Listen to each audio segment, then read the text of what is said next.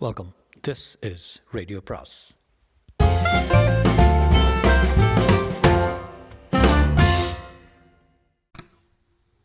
அனைவருக்கும் அன்பு வணக்கம். ஜாவர் சீதாராமனின் உடல் பொருள் ஆனந்தி அத்தியாயம் 4.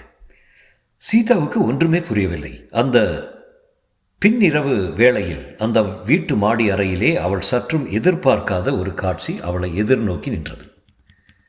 அறைக்கதவுக்கு பக்கத்தில் போலீஸ் இன்ஸ்பெக்டரும் 2 கான்ஸ்டபிள்களும் நின்றபடி இருந்தனர். ராமநாதன் சீதாவையும் இன்ஸ்பெக்டரையும் பார்த்தபடி நின்றார். இன்ஸ்பெக்டரின் வருகையை ராமநாதன் எதிர்பாராமல் இல்லை. ஆனால் போலீசார் வரும்போது சீதா அங்கு விழித்துக் கொண்டிருப்பாள் என்று எதிர்பார்க்கவில்லை. எதிர்பார்த்திருந்தால் அவன் சண்முகசுந்தரம் மருத்துவமனையிலிருந்து நேரே போலீஸ் ஸ்டேஷனுக்கு சென்று சரணடைந்திருப்பான். இந்த சங்கடமான விளக்கங்களுக்கு இடம் வைத்திருக்க மாட்டான். சீதா குழப்பத்துடன் ராமநாதன் திரும்பி, என்னத்தான் போலீஸார் வந்திருக்காங்க என்று கேட்டான். ராமநாதன் ஒரு பெருமூச்சுட்டு, ஆமாம் வந்திருக்காங்க சொல்லி மழுப்பினான். சீதாவின் மனத்தில் சந்தேகம் எழுந்தது. ஒருவேளை திலீபன் ஆஸ்பத்திரியில் அடைபட்டு கிடப்பதை விரும்பாமல் தப்ப முயன்றிருப்பானோ? தப்ப முயலும் போது யாராவது தடுத்திருப்பார்களோ? அப்போது ஆத்திரம் மிகுதியால் அவர்களுக்கு தீங்கு விளைவித்திருப்பானோ, இல்லை கொலையை செய்திருப்பானோ என்றெல்லாம் நினைத்தான். அந்த அறையில் ஒரு விசித்திரமான நிசப்தம் நிலவியது. ராமநாதனால் ஒன்றும் பேச முடியவில்லை. சீதாவோ பேசவே பயந்து நின்றாள். ஏதாவது பேசினால் உண்மை வெளிவரும். அந்த உண்மை பயங்கரமாகத்தான் இருக்கும். தனக்கு வேதனை தரும் உண்மையாகத்தான் இருக்கும். அதை வீணாக தெரிந்து கொள்வானேன் என்று நினைத்தாள் சீதா. பயங்கரமான மௌனத்தை கலைத்தவர் இன்ஸ்பெக்டர் தான். அவர் ராமநாதனை பார்த்து, நீங்கள் தானே ராமநாதன் என்று கேள்வியை கேட்டார். ராமநாதன் ஆமாம் என்று சொல்லிவிட்டு இன்ஸ்பெக்டரை நோக்கி அடியெடுத்து வைத்தான். அதற்குள் சீதா, இன்ஸ்பெக்டர் சார், திலீபன் ஆஸ்பத்திரியிலிருந்து யாருக்கும் தீங்கு செய்யவில்லையே, அவன் யாரையும் கொன்று விடலையே என்று கேட்டான்.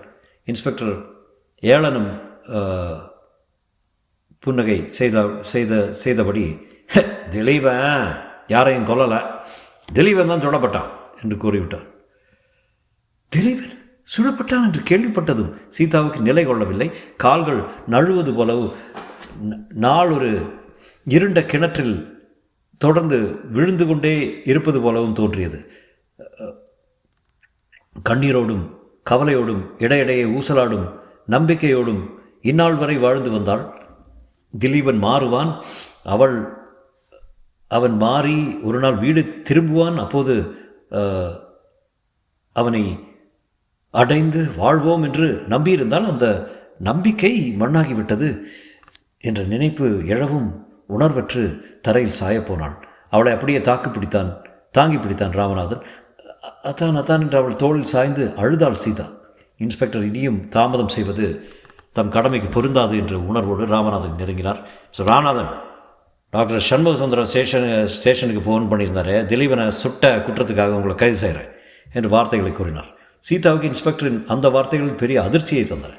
சிறு குழந்தை முதல் ராமநாதனை அறிந்துள்ள சீதா சிறு புழுவை கூட தாக்க தயங்குபவன் ராமநாதன். அவன் இயற்கையே தவறுகளுக்கும் குற்றங்களுக்கும் அப்பாற்பட்டது. பொறுமையின் வடிவமான ராமநாதனா கொலைக்கு துணிவான். திலீபன் ராமநாதனை சுட்டான் என்றால் அவளால் நம்ப முடியும். ஆனால் இது நம்ப முடியாததாக இருக்கிறதே என்று நினைத்தாள். இது உண்மையா என்ற கேள்விக்குறியோடு ராமநாதனை நோக்கினாள். ராமநாதன் வாய் திறந்து ஆம் என்று பதில் கூறவில்லை. ஆனால் இன்ஸ்பெக்டர் சொல்வது உண்மை என்ற அர்த்தம் விளங்கும்படி தலையாசித்தான். சீதாவின் பலவீனம் மறைந்தது. அவள் உள்ளத்தில் வெறுப்பும் ஆத்திரமும் பொங்கி எழுந்து அவளுக்கு வலிமையை கொடுத்தன. அத்தான், நீங்க ஒரு வேஷக்காரர், பசுத்தோல் பொருத்திய புலி என்று வசை மொழிகள் அடுக்கிக் கொண்டே போனாள். வசை வார்த்தைகள் எல்லாம் மட்டும் அவள் சினம் அடங்குவதாக இல்லை. ராமநாதன் மீது பாய்ந்து அவன் முகத்தை பிராண்டினாள். பிறகு தரையில் விழுந்து விக்கி விக்கி அழுதாள். போலீஸ் இன்ஸ்பெக்டர் ராமநாதனை வெளியே இழுத்துச் சென்றார்.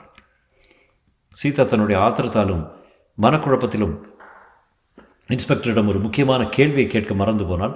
சுடப்பட்ட திலீபன் இறந்து விட்டானா, இன்னும் உயிரோடு ஊசலாடி கொண்டு இருக்கிறானா, அவன் இப்போது எங்கிருக்கிறான் என்ற கேள்விகள் எல்லாம் கேட்கவே மறந்து போய்விட்டாள். டாக்டர் சண்முகசுந்தரத்தின் மருத்துவமனையில் டாக்டரின் மனம் பெரிய குழப்பத்தில் ஆழ்ந்திருந்தது. திலீபனின் அருகில் அவர் உட்கார்ந்திருந்தார். திலீபனின் உடலிலிருந்து சேதமாயிருக்கும் இரத்தத்தின் அளவை பார்க்கும்போது திலீபனின் உயிர் உடனே போயிருக்க வேண்டும். ஆனால் அவன் இன்னும் சாகவில்லை.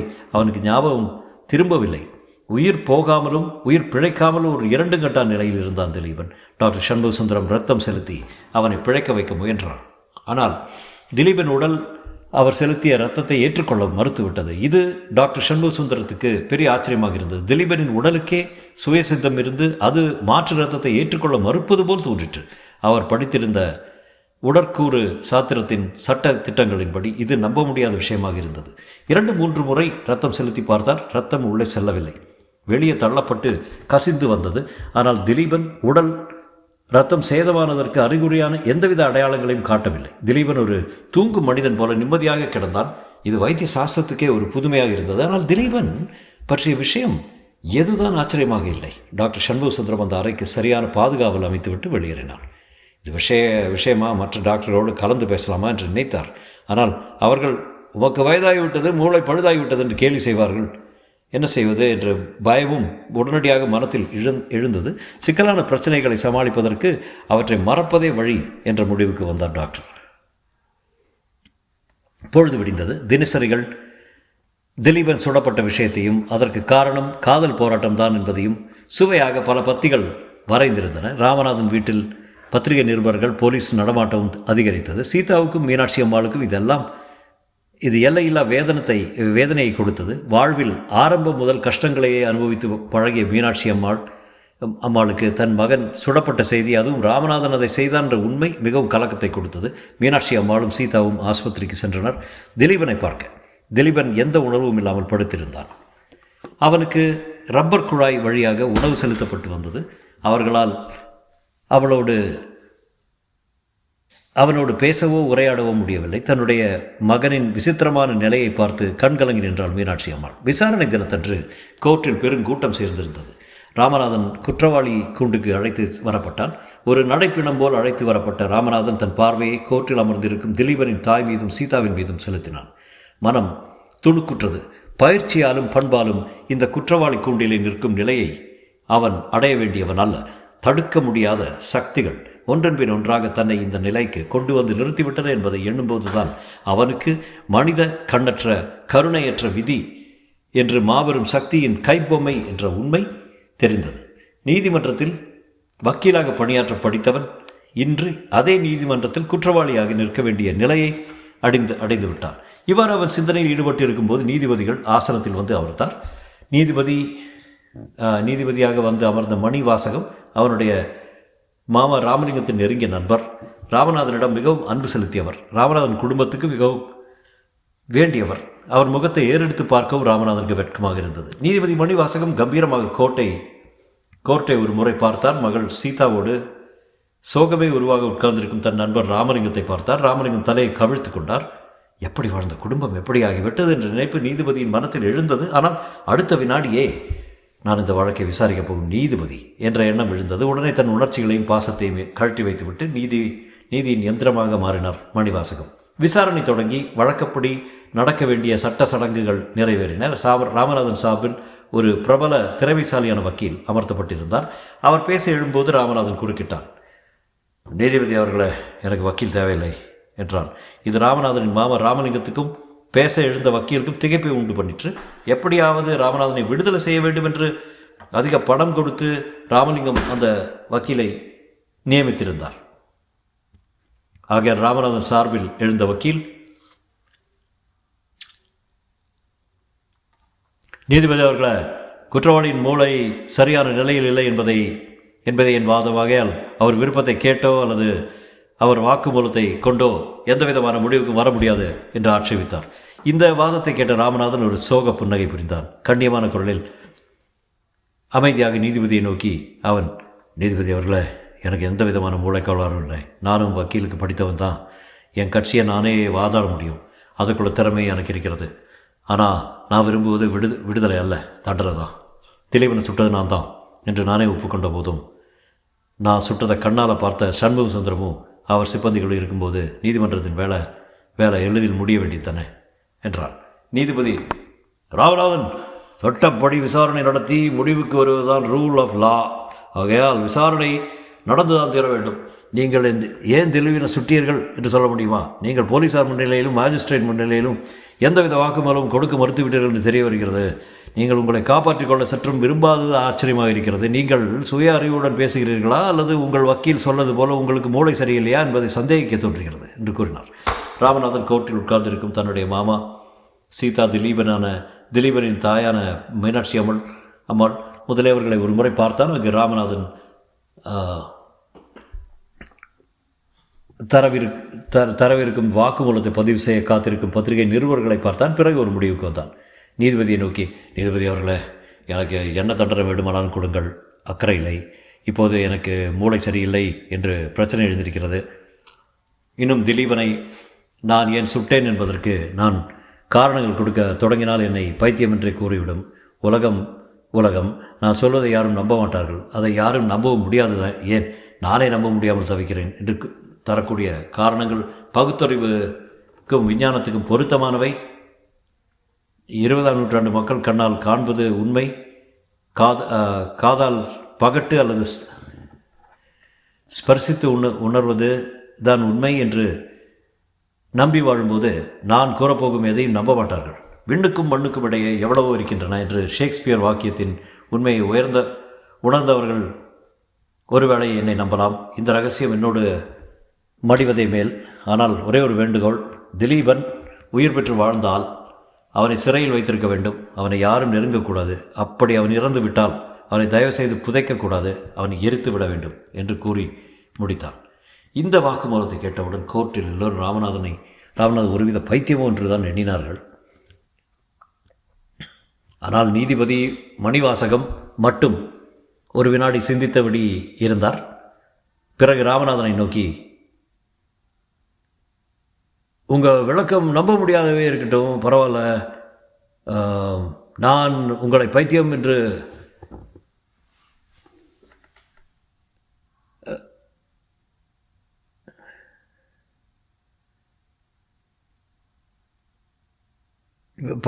நினைப்பதில்லை. நீங்கள் இந்த குற்றத்தை செய்ய ஒரு காரணம் இருக்கத்தான் வேண்டும். அது சட்டப்படி ஒப்புக்கொள்ள முடியாத காரணமாகவும் இருக்கலாம். இருந்தாலும் சொல்ல வேண்டியது உங்கள் கடமை என்று நான் நினைக்கிறேன் என்று கூறினார். ராமநாதன் உடனே நீதிபதியை பார்த்து, நீதிபதி அவர்களே, உங்கள் அன்புக்கு நன்றி. நான் காரணம் கூறத் தொடங்கினால் அது ஒரு பெரும் கதையாக நீளும். அது மட்டுமல்ல, அது எங்கள் குடும்பத்தை பற்றிய விஷயம். கடந்த 7 வருஷ காலமாக எங்கள் குடும்பத்தை ஒரு பயங்கர சூறாவளியை பற்றி மக்கள் சூழ்ந்திருக்கும் போது நீதிமன்றத்தில் நான் கூற விரும்பவில்லை. இது என்னை பொறுத்த விஷயம் மட்டுமல்ல, என்னை சேர்ந்த திலீபனை பொறுத்த விஷயம். அவர்கள் விரும்பி மணக்க இது நாள் வரை நின்று ஏமாந்திருக்கும் என் மாமன் மகள் சீதாவை குற்றப்படுத்தும் விஷயம். என் குடும்ப கௌரவத்தை நீதிமன்றத்தில் கூறி அவை ஒவ்வொரு பத்திரிகையிலும் விஷயமாக்க நான் விரும்பவில்லை. எங்கள் வீட்டுக்குள் ஊரார் முன்னிலையில் நான் வீட்டு கந்தல் துணியை ஊரார் முன்னிலையில் நான் கழுவ தயாராக இல்லை. ஒருவேளை உண்மை கூறுவதானால் எனக்கு குறைவான தண்டனை கிடைக்கலாம் அல்லது தண்டிக்கப்படாமல் விடலாம். அதை பற்றி எனக்கு அக்கறை இல்லை என்றார். இவர் ராமநாதன் கூறியதை கேட்டதும் நீதிமன்றத்தில் மௌனம் நிலவியது. ப்ராசிக்யூட்டரும் ராமநாதன் சார்பில் நியமிக்கப்பட்டிருந்த வக்கீலும் ஒருவர் பார்த்து கொண்டனர். வழக்கு சிக்கலான கட்டத்தை அடைந்து விட்டது என்பதை எல்லோரும் உணர்ந்தனர். இந்த வழக்கை பற்றி இதுவரை பலவிதமான விளக்கங்களும் கொடுத்து பத்திரிகைகளை நிரப்பி வந்த நிருபர்கள் ஆவலோடு காத்திருந்தனர். நாம் நினைத்ததற்கு மாறான அடிப்படை ஒன்று வழக்கிற்கு இருக்கிறது, அது நமக்கு தெரியாமலே போய்விடுமோ என்று குழம்பியபடி உட்கார்ந்திருந்தனர். ராமநாதன் வாக்குமூலத்தில் ஏதோ ஒரு உண்மை இருக்க வேண்டும். அந்த உண்மையை அவர் பொதுவில் சொல்ல மறுக்கிறார். அதை கேளாமலே சந்தர்ப்ப சாட்சியத்தை கொண்டு மட்டும் தீர்ப்பு வழங்குவதா என்ற யோசனையில் ஆழ்ந்திருந்தார் நீதிபதி மணிவாசகம். இந்த நிலையில் சர்க்கார் வக்கீல் எழுந்திருந்து ஒரு யோசனை கூறினார். மற்ற சாட்சிகளை பொது நீதிமன்றத்தில் விசாரிப்பது என்றும் ராமநாதன் வாக்குமூலத்தை மட்டும் தனிமையிலே சேம்பரில் நீதிபதி இருதரப்பு வக்கீல்கள் முன்பு ரகசியமாக விசாரிப்பது என்றும் ஆலோசனை கூறினார். நீதிபதி மணிவாசகம் சிறிது யோசித்துவிட்டு ரகசிய விசாரணைக்கு ஒப்புக்கொண்டார். ராமநாதனும் ரகசிய விசாரணைக்கு ஒப்புக்கொண்டார். முதலில் இன்ஸ்பெக்டர் விசாரிக்கப்பட்டார். பிறகு முக்கிய சாட்சியான டாக்டர் சண்முக சுந்தரம் விசாரிக்கப்பட்டார். பல நாட்களுக்கு முன்பு ஒரு இரவு ராமநாதனிடம் இருந்து ஃபோன் வந்தது என்றும் அதன்படி அவர் சிப்பந்திகளுடன் ராமநாதன் வீட்டுக்கு சென்று திலீபனை பலாத்காரமாக ஆஸ்பத்திரிக்கு அழைத்து வந்து பாதுகாப்பில் வைத்திருந்ததாகவும் கூறினார். நீதிபதி, திலீபன் பாதுகாப்பில் வைக்கப்பட வேண்டிய ஒரு பைத்தியமா அவர் என்று கேட்டார். சண்முகசுந்தரம் பதில் சொல்ல முடியாமல் விழித்தார். திலீபனை ஒரு பைத்தியம் என்றும் சொல்ல முடியவில்லை, அவனை சாதாரண மனிதன் என்றும் சொல்ல முடியவில்லை என்றார். நீதிபதி உடனே, ஒரு நபர் சாதாரண மனிதர் அல்லவென்றால் அதுவரை உடனே பாதுகாப்பில் வைக்க வேண்டும் என்பதுதான் உமது முடிவா? உமது நோக்கப்படி பார்த்தால் நாகரீகம் வளர்த்த பல நல்லவர்கள், பல மேதைகள், அசாதாரணமான மனிதர்கள் தான். அவைகளெல்லாம் பாதுகாப்பில் பூட்டி வைக்க வேண்டும் என்று சொல்கிறீர்கள் என்று கேட்டார். டாக்டர், அப்படி இல்லை கோற்றவர்களே, ராமநாதன் திலீபனின் மூளை சரியில்லைன்னு சொன்னார். ராமநாதன் கண்ணியமானவர், அவர் கூறுவதை நம்பத்தான் வேண்டும் என்றார். நீதிபதி குறுக்கிட்டு, ஆனால் உங்கள் அபிப்பிராயப்படி திலீபன் ஒரு பைத்தியமல்ல, அப்படித்தானே என்று கேட்டார். சண்முகசுந்தரம் ஒப்புக்கொண்டார். பிறகு சர்க்கார் தரப்பு வக்கீல் டாக்டரிடம் பல கேள்விகள் கேட்டார். அவர் கொடுத்த பதில்கள் எல்லாமே ராமநாதன் திட்டமிட்டு திலீபனை பைத்தியக்கார ஆஸ்பத்திரியில் அடைத்து பிறகு அங்கு போய் அவனை கொல்லவே முடிவு செய்தான் என்ற அபிப்பிராயம் எடுக்கும்படி அமைந்தன. கோர்ட்டில் கூடியிருந்தவர்கள் எல்லாரும் ராமநாதன் மீது வெறுப்பு அடையும்படி இருந்தது. டாக்டர் சண்முகசுந்தரத்தின் சாட்சியமானால் அவர் என்னவோ தனக்கு தெரிந்த உண்மைகளைத்தான் கூறினார். ராமநாதன் தண்டிக்கப்பட வேண்டும் என்ற எண்ணத்தையும் எதையும் கூட்டவோ குறைக்கவோ இல்லை. டாக்டர் சண்முகசுந்தரம் கோர்ட்டில் சாட்சியம் கொடுத்து கொண்டிருக்கும் போதே அவரது ஆஸ்பத்திரியில் அழகான பெண் ஒருத்தி நுழைந்தாள். அவள் முகமும் கண்களும் ஒருவித கலவரத்தோடு காணப்பட்டன. அவள் ஏதோ முக்கியமான நோக்கத்துடன் வந்தவள் போல காணப்பட்டாள். ஆஸ்பத்திரியை நுழைந்ததும் அவள், திலீபன் கிடத்தப்பட்டிருக்கும் அறை எங்கே இருக்கிறது என்று விசாரித்தாள் நர்ஸ் காந்தாவிடம். நர்ஸ் காந்தா வந்திருக்கும் பெண்மணியை சந்தேகத்தோடு நோக்கினாள். நீங்கள் யாரு? நான் திலீபனுக்கு மிகவும் வேண்டியவன், நான் அவரை உடனே பார்க்க வேண்டும் என்று சொன்னாள் வந்தவள். நர்ஸ் காந்தா தயக்கத்தோடு அவளை திலீபன் படுத்திருக்கும் அறைக்கு அழைத்துச் சென்றால் அந்த பெண்மணி ஜன்னல் வழியாக உள்ளே ஆவலோடு நோக்கினாள். திலீபன் பிரக்ஞையற்று கிடப்பது தெரிந்தது. காந்தா வந்தவள் திலீபனுக்கு வேண்டியவள் என்று சொன்ன காரணத்தால் அவளிடம் பரிவுடன், ஐயோ பாவம், திலீபன் சில நாட்களுக்கு கண்களை திறக்கவில்லை போல இருக்கு, அப்படியே படுத்து கிடக்கிறாரு, மெல்ல மூச்சு வந்தவுடன் இருக்கிறது எல்லாமே அவர் ஒரு சவம் போல தான் கிடக்கிறாரு என்று சொன்னாள். சவம் போல கிடக்கிறார் என்ற வார்த்தைகளை கேட்டவுடன் அந்த வந்த பெண்மணி முகத்தில் கவலை ஏற்படவில்லை, வருத்தம் ஏற்படவில்லை, எல்லையில்லா சந்தோஷம் ஏற்பட்டது. சிறு குழந்தைக்கு ஒரு விளையாட்டு பொம்மையோ இனிய தின்பண்டமோ கொடுத்தால் அந்த குழந்தை சந்தோஷப்படுவது போல சந்தோஷப்பட்டாள் வந்தவள். அப்படியா சவம் போலவா கிடக்கிறாரு, பேசவே இல்லையா என்றாள். திலீபனுக்கு வேண்டியவள் என்று கூறிக்கொண்டு ஆஸ்பத்திரியில் நுழைந்தவள் திலீபன் நிலை குறித்து கவலைப்படுவதற்கு பதில் சந்தோஷம் அடைவது காந்தாவுக்கு ஆச்சரியமாக இருந்தது. அதைவிட ஆச்சரியத்தை கொடுத்தது வந்த பெண்மணியின் குரல். அவள் தன்னையும் மறந்து பேசும்போது அவள் குரல் ஒரு கனத்த ஆண் குரலாக இருந்தது. சாந்தா உடனே, என்னமோ இரட்டை குரலில் பேசுகிறீங்க என்றாள். வந்தவள் தன்னை ஒருவாறு சமாளித்து கொண்டாள். ஆமாம், அது என் பிறவிக்கோளாறு. சரி, நான் உள்ளே செல்ல வேண்டும், தயவுசெய்து கதவை திறந்து விடுங்க என்று பூட்டிய கதவை காட்டினாள். டாக்டர் பூட்டி விட்டு போன கதவை திறப்பதா என்ற கேள்வி காந்தாவின் மனத்தில் எழுந்தது. முன்பு ஒரு நாள் பூட்டிய கதவை தன் உணர்வு இல்லாமல் திறந்து விட்டதன் விளைவுதான் திலீபன் இந்த நிலையில் இருக்கிறான் என்பதை நினைத்து பார்த்தாள் காந்தா. தயங்கினாள். டாக்டர் உத்தரவு இல்லாமல் நான் இந்த கதவை திறக்க முடியாது என்று கண்டிப்பாக பதில் சொன்னாள். இதை கேட்டவுடன் வந்தவளின் முகம் களை இழந்தது. பெரிய சந்தர்ப்பத்தை நழுவி விட்டவள் போல, சொத்தை இழந்தவள் போலானாள். அந்த பெண் விடாமல் நர்ஸ் காந்தாவிடம் மன்றாடினாள். நர்ஸ்மா, நான் அவருக்கு ஒரு தீங்கும் செய்ய மாட்டேன், நான் அவருடைய மனைவி, தயவுசெய்து என்னை உள்ளே அனுமதிங்க, சில நிமிஷம் நான் அவரோடு தனியாக இருந்தால் போதும், எல்லா சிக்கலும் சரியாயிடும், உலகத்துக்கே ஒரு பெரிய நன்மை ஏற்படும் என்று துடித்து கெஞ்சினான். டாக்டர் கோர்ட்டுக்கு போயிருக்காரு, அவர் வந்தவுடனே அவர் அனுமதியும் பேரில் நீங்களும் உள்ளே போகலாம் என்றார் காந்தா. அதுவரை நான் பொறுக்க முடியாது, நல்ல சந்தர்ப்பம் நழுவிடம் போல இருக்கிறதே என்று சொல்லி இப்படி திலீபன் படுத்திருக்கும் கரையை நோக்கி ஒரு முறை பார்த்தாள். அந்த பெண்ணின் முகத்தில் இருந்த கலவரத்தை கண்ட நர்ஸுக்கு ஒரு கொலை கூட செய்ய துணிவாள் என்று தோன்றியது. தன் இடுப்பில் சொருகியிருந்த சாவி குத்தை நர்ஸ் காந்தா கையில் இறுகி பிடித்து கொண்டாள். திலீபனின் மனைவி என்று கூறிக்கொண்டவள் வெறித்த பார்வையோடு அந்த சாவி குத்தை பார்த்தபடி, அந்த சாவி குத்தை பிடிக்கொடு என்று அதட்டலுடன் ஆண்குரலில் கேட்டால். பயந்து போய் நர்ஸ் பின்னடைந்தாள்.